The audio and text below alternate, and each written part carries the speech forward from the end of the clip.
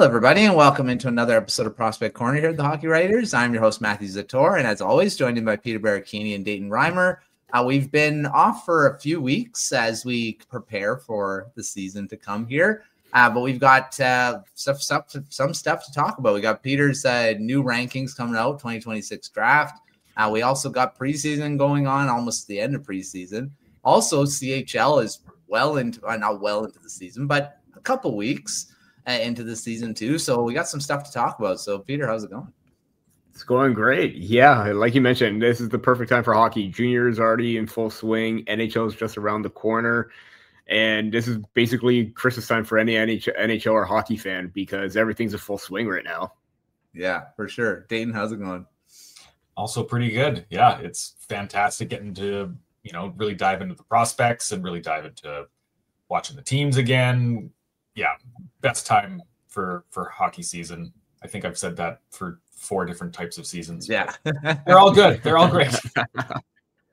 Yeah, it's for the NHL, it's great that the seasons are going to start and preseason gets a little bit tiresome, although it is fun to see the prospects play, and a lot of them don't make the teams. But there are some surprises and some guys that have kind of stood out. Maybe have been sent back already, but still made an impression. So we'll talk about them as well after. We'll start with the draft stuff. And Peter, I know you just updated. It was a week ago as we're recording this. So it's pretty fresh. If you haven't taken a look at the new rankings, take a look at those. Link will be in the description as always. But Peter, let's jump in and talk about your top 5 to start here. And I mean, I don't know how much it's kind of changed, but there is still the same number 1. But just run through your top 5 for us here. Yeah, a little bit different from my way too early preseason. That's just more of a get to know you kind of list. But this is where, all the games actually kind of mattered. So obviously Gavin McKenna is still number 1, even though the NCAA season hasn't started yet. When you have an elite level playmaking, shifty, dynamic, elite level hockey sense kind of player, Gavin McKenna checks off all of those boxes. I mean, he's always driven, he's always in control, and he's just an overall special talent. I get that, he isn't up the middle, so he may not have a whole lot of value, but he could dominate play on the wing, and that's where he's the most dangerous. Completely deceptive and unpredictable at any chance he gets, and he just loves being in control, and everything basically runs through him. So I know Penn State is just about to get their season started, and I have no doubt that Gavin McKenna is still going to be hard-pressed to be the number 1 pick. There's probably going to be very few challengers. But if there is one, you're probably looking at number 2 on my list, Ivar Stenberg right now, who's just thriving in the SHL. Believe he already has 5 points in 8 games. And for a young 18-year-old to get that kind of ice time and important role at that age really speaks volumes to how great he is as an overall player because of the IQ that he has, the situational awareness, the high-end skill. He's very, very confident in the moves that he makes right now.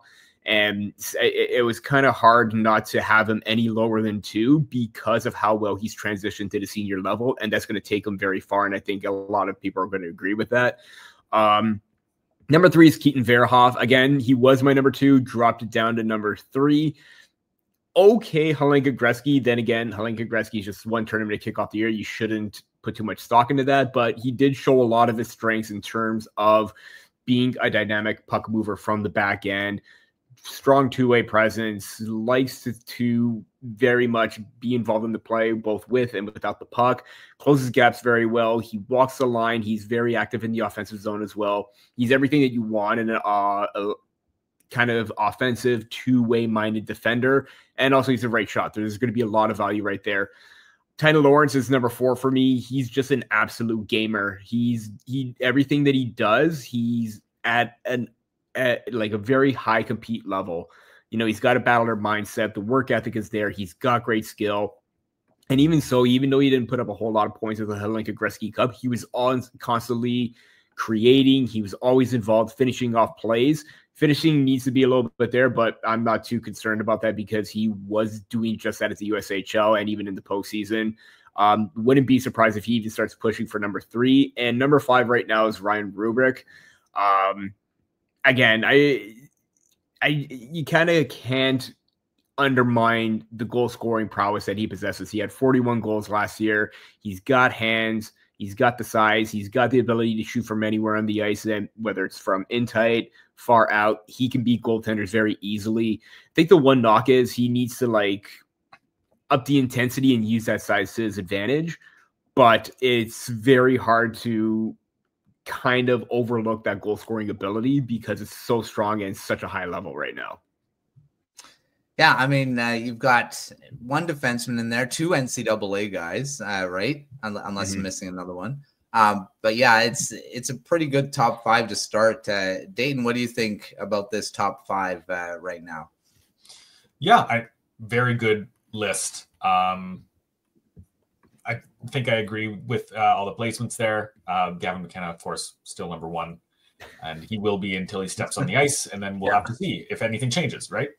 But right now, I guess you could say, in theory, number 1. I love the rise of Ivar Stenberg. I think that guy's a really dynamic guy.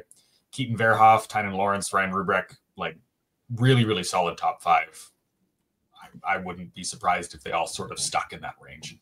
Yeah, and we got 3 centermen again. It seems like every draft we've got pretty top heavy with centers, and that, I mean, every team needs them. You need these top guys, and how the Stanley Cup's been going. Florida is strong down the middle, and I think that's what you're going to need, and you're going to get quite a few high-end centermen in this draft as well. All right, Peter, next up is your 6 to 10 here. And this has got a couple more defensemen. What do you got for the rest of your top 10? Yeah, starting off with number 6, and he was kind of so close to hitting my top 5, but just not there yet. Really loved Mathis Preston at the Hlinka Gretzky. He's just an absolute speed demon on the ice. The way that he could get around defenders easily, feet are always moving, the way he cuts to the inside, the way he's able to just move around them and attack the net very well. Hard to find a player that could have that kind of skating ability, edge work, and agility all combined into one. He's very elusive and very tough to contain. And he's also off to a hot start this season. 7 points in 3 games. He's equal parts playmaker, shooter, although I think he leans more to the playmaking side of things. But he's just got great skill and great hands and great overall vision. Number 7 is Ethan Belchetz. He kind of did fall for my way too early rankings. Again, it's tough to teach size. Belchetz has that. He's already, I believe, 6'5", 227 pounds. Absolute monster in puck battles. He's very, very consistent with that. Teams love players that can use that to their advantage. And with that combination of that size, puck protection skills, the ability to cut to the middle and attack head on, he's very, very dynamic in that regards. Viggo Bjork is at number 8. He kind of fell off just a tad bit, but, nothing to be concerned about. The way that he's just so dominant and how he combines that puck control, playmaking abilities, he's an absolute force to be reckoned with. He's always on the go. He has a motor that just doesn't stop work or that just doesn't quit. He's always constantly pushing the pace of play, and that's why he's just so dynamic. And I get that the height factor may be a little bit of a concern, but to me, he basically does not let that affect him in any situation that he has, especially with the puck, because he's always on the go and he's always finding teammates. He's always spotting open lanes, and he's just so deadly when he does. Ryan Lynn comes in at number 9.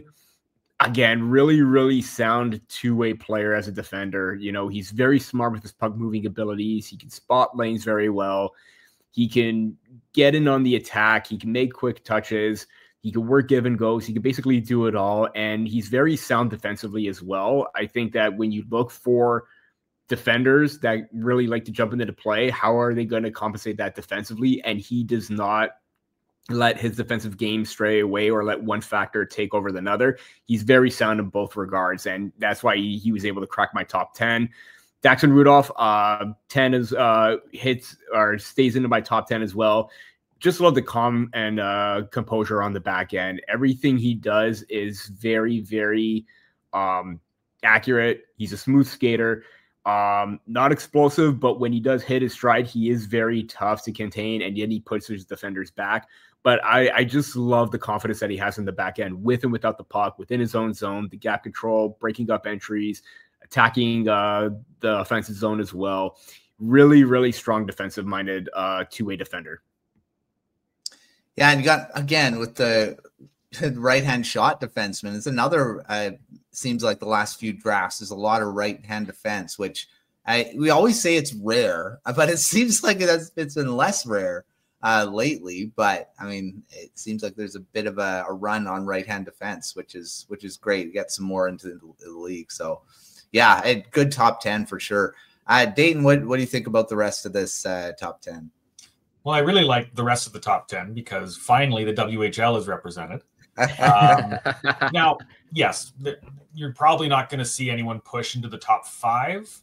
It's going to be a pretty deep top 5, I think. But these 3 guys have a really good chance of getting there. This is all a really good group. Mathis Preston really wowed me at the Hlinka Gretzky, so I'm really curious to see what he does this season. And already, we can maybe talk about it later if we have time. Looks very good in this season. I got to watch Daxon Rudolph play against the Blades about a week ago, maybe 2 weeks ago, actually. And man, he reminds me of Carter Yakimchuk. He's just really solid, and he can really drive the net when he needs to. He's more responsible. He doesn't make as many bold, brash decisions to try to make plays, probably because he's playing on a better team at the moment. In their draft years, Yakimchuk was on a Calgary Hitmen team that wasn't great, and so he tried to make them better, and Rudolph knows that his team is probably going to compete for first place. That's a good place to be in, especially for a potential top 10 pick. Ryan Lynn is another really good defensive prospect. Vico Bjork, Ethan Belchetz. Yeah, like this is, you'd be happy with any of these guys. It's going to be a fantastic draft. Yeah, and again, good mix of defense and centers, and you got some wingers in here too. So nice mix of positions in the top 10 for sure at this point. We'll see how they all go throughout the season, and of course, we'll keep talking about them as we keep going. Peter, there probably wasn't too many big movers from your early to this one. Was there anyone that you kind of that maybe made a big move on your list between the two? Yeah, he was just inside my top 16, and that was Chase Reed. He's just outside that top 10. Again, I probably should have had him higher a little bit last time, but I'm becoming a big Chase Reed fan, kind of like I was a big fan of Cameron Reed last year. So back-to-back seasons where Reed is a Reed prospect is going to be one of my favorite players to watch this year. Yeah, the fact that he was just over a point per game after he was in the NAHL with the Bismarck Bobcats, and there was no slowing down for him. I really like the offensive vision that he has. He's very, very intent on his attack. He's got a well-rounded mindset. He plays smart. He can add that physical element every single time when he needs to. He's not afraid to play the body. And he's just checks off all the boxes that you want a defender as well. Kind of the same way as Keaton Verhoff, but I think Reed has a little bit more of that snarl/bite to his game where he's a little bit more intense in the battles. So he just missed out on my top 10. He rose up a little higher up. I really liked Carson Karels as well at the Hlinka Gretzky. Just a very sound two-way defender. I think that this is the year where his offensive game could possibly take off as well. You know, decent points production last year. If he's able to increase that, I think that's going to improve his value a little bit more, where he's not just a two-way defender, but he's got some offensive instincts to his game. If he's able to add that element, I think it's going to improve his value a little bit more. Really liked Malte Gustafsson as well. Again, the confidence and poise on the back end, that's always important for me. He's very sound and steady. He's got great mobility for his size, and the offensive instincts to attack. That's very, that's just very, really, really profound with his game right now. One other name that's really caught my eye is Caleb Malhotra, Brantford Bulldogs in the OHL. If you don't know him, he is the son of Manny Malhotra, but just the way that he's off to a blazing hot start this season, really shows that there should be a lot more talk on him as well, mainly because of the fact that, I believe he's already got 8 points in 3 games.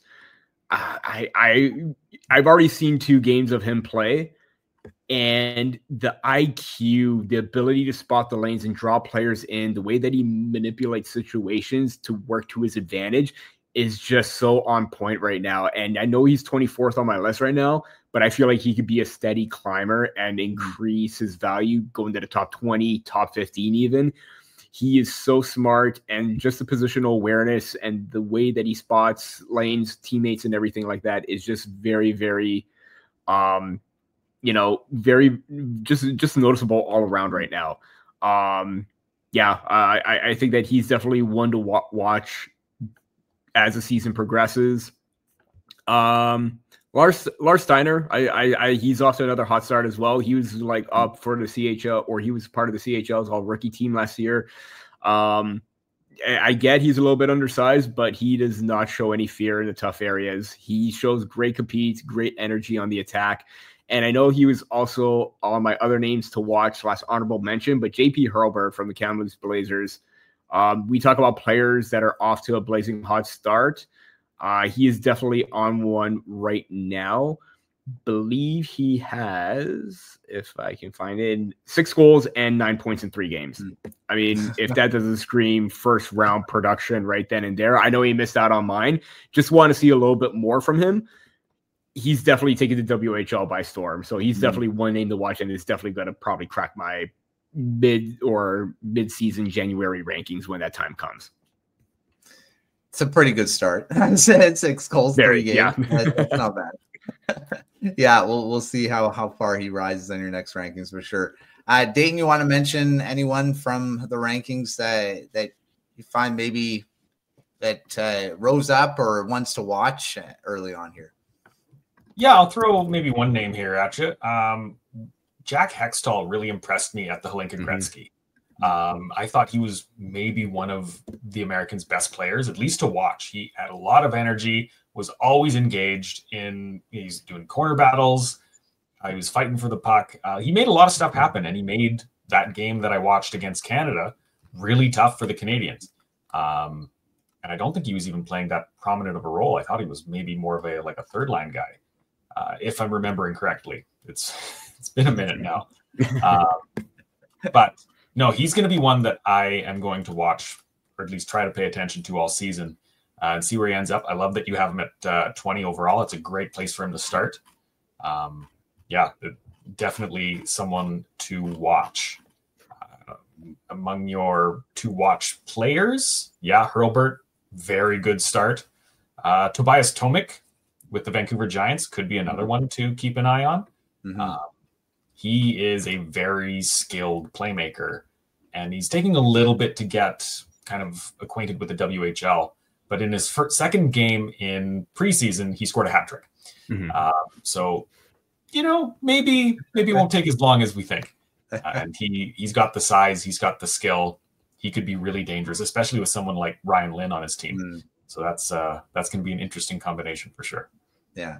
Couple exciting prospects on the Giants this year, so I have to keep an eye on them as we go here among the other teams that I'll be keeping an eye on in Vancouver this season. All right, well, shifting to the NHL now, and the preseason, which is wrapping up, is only a couple games left for most teams. Have about a couple games left. It ends on Saturday, I believe. The rest of the preseason games go. And then the regular season starts next week. So, but lots of prospects were involved in the preseason. Some have been already sent to junior, some to AHL. But Dane, I'll start with you. Is there anyone that really stood out to you throughout the preseason, either with the teams already still? You can, and I'll leave it wide open. You can go any team that you've seen. Who do you got? Sure. I think one guy that's maybe stood out the most is Yanni Newman. 3 goals in 5 games this preseason. He's been fantastic with the Seattle Kraken. I think he is fighting for a spot. He is still with the team right now. He had 12 games last season, and like a really good rookie season in the AHL with Coachella Valley. 44 points in 58 games, 28 goals. You don't see that from a lot of guys who just come into the league for the first year.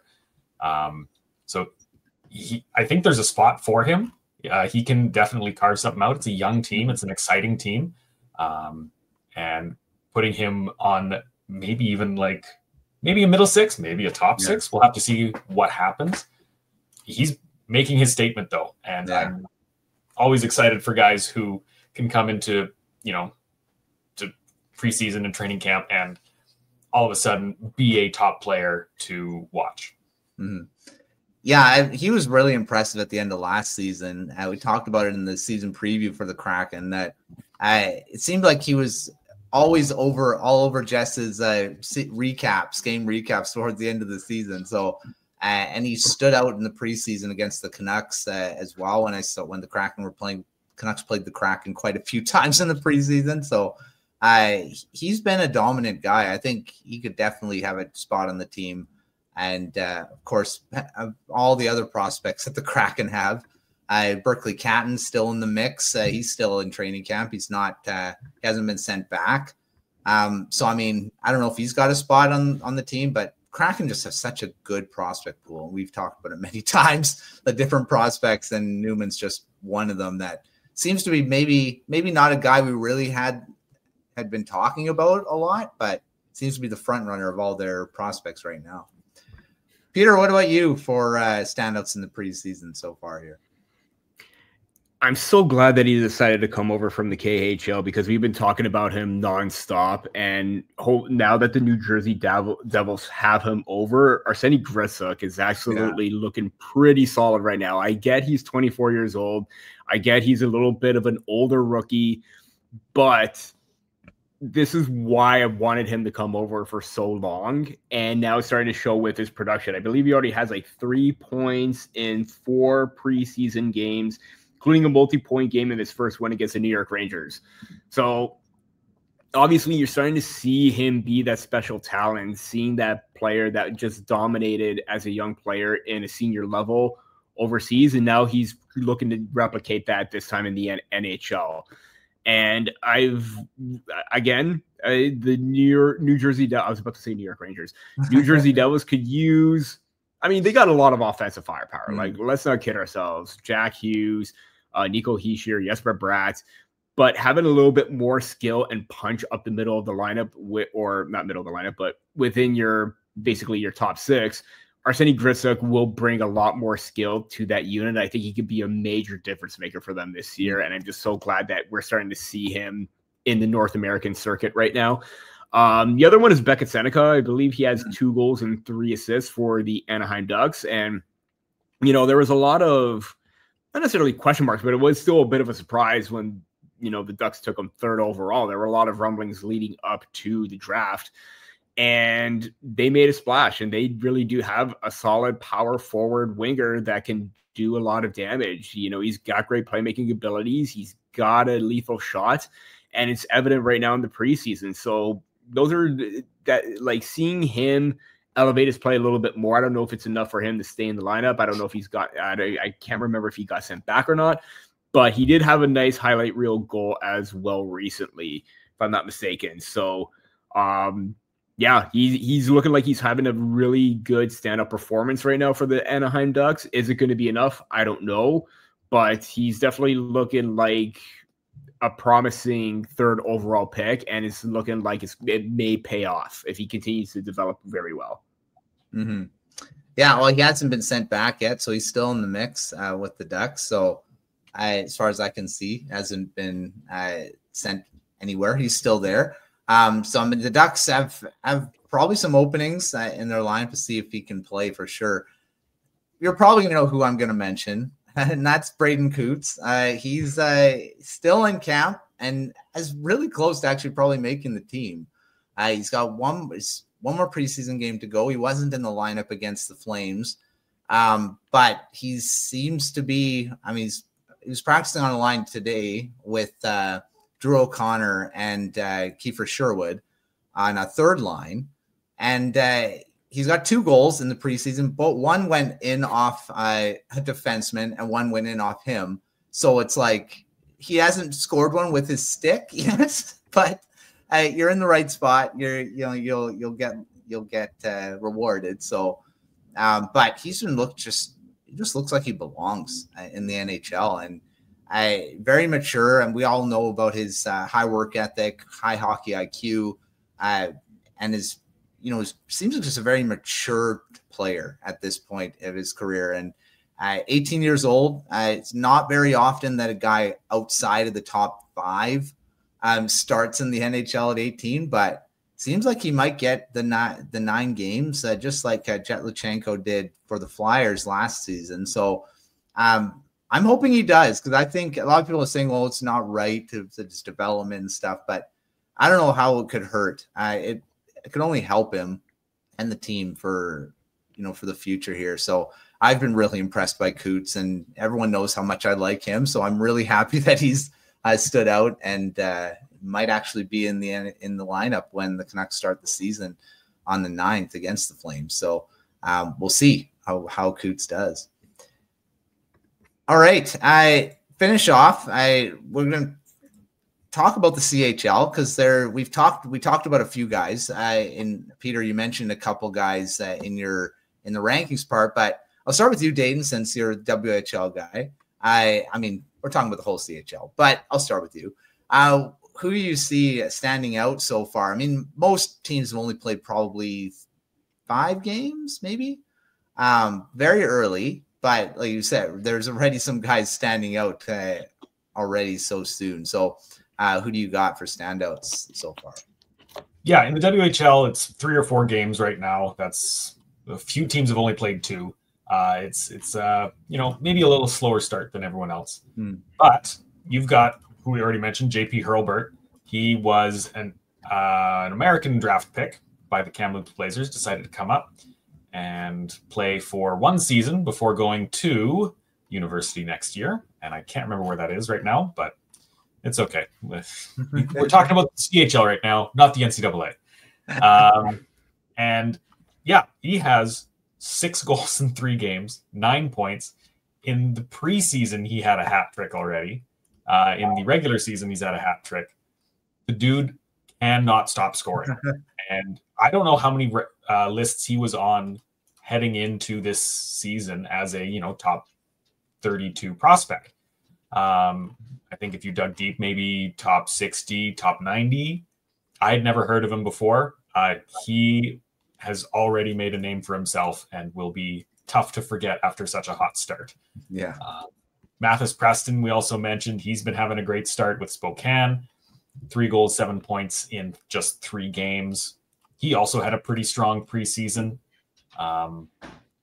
putting up 4 points in 3 games. So he's making sure that he is maybe the best forward available from the WHL. Ryan Lynn, he also looks really good. 6 points, 3 games. One guy I'll throw in the mix, though, that we haven't talked about is Julian Mays. He is a draft eligible prospect with the Regina Pats, played with Everett last year, and he's got 6 points in 4 games. The Pats are kind of coming through a bit of a rebuild here.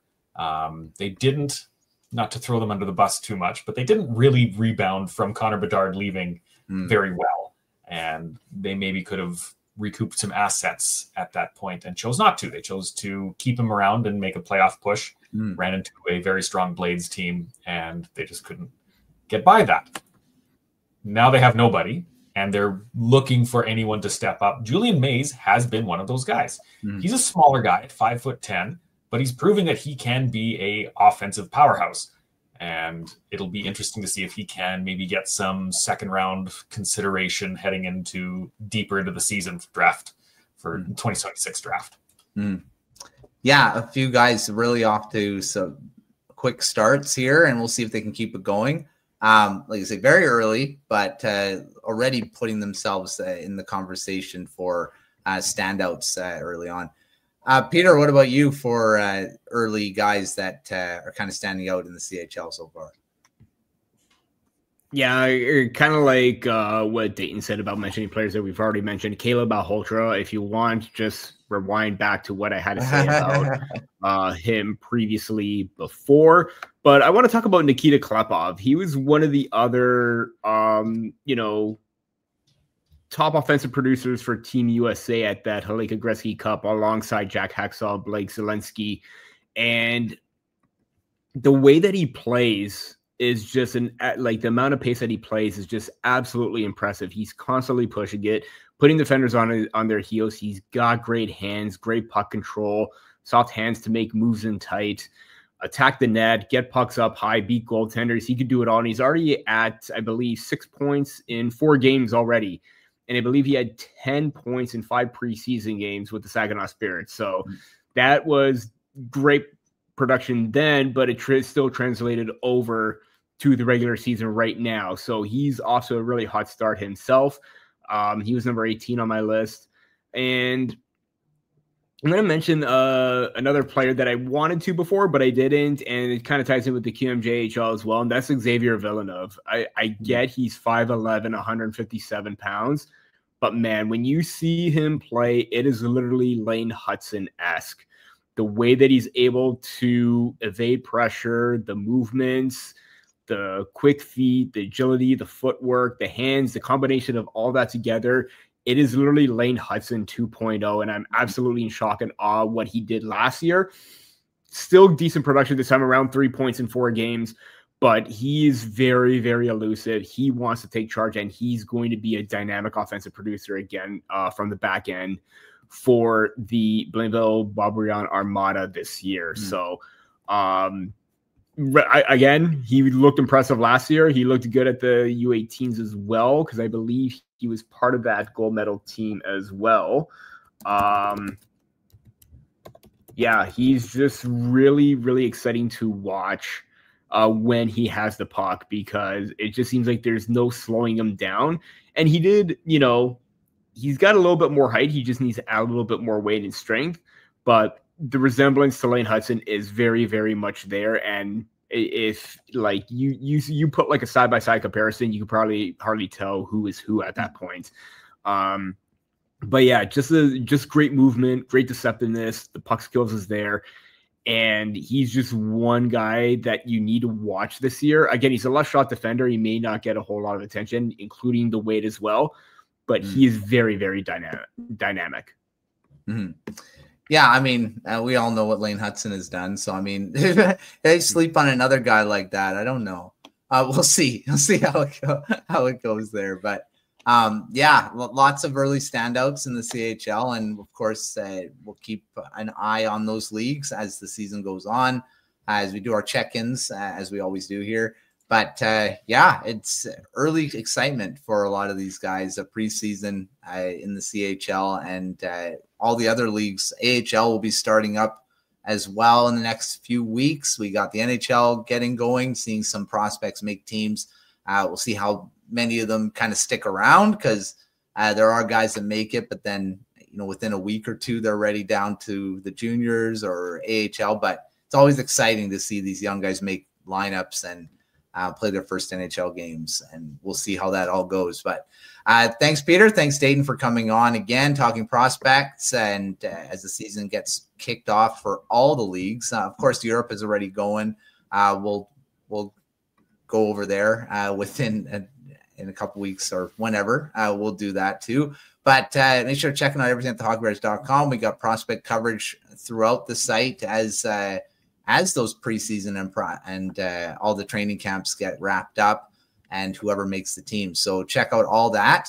And of course, all of our other stuff on our Substacks that we've got going as well. But until our next episode, we'll see you next time.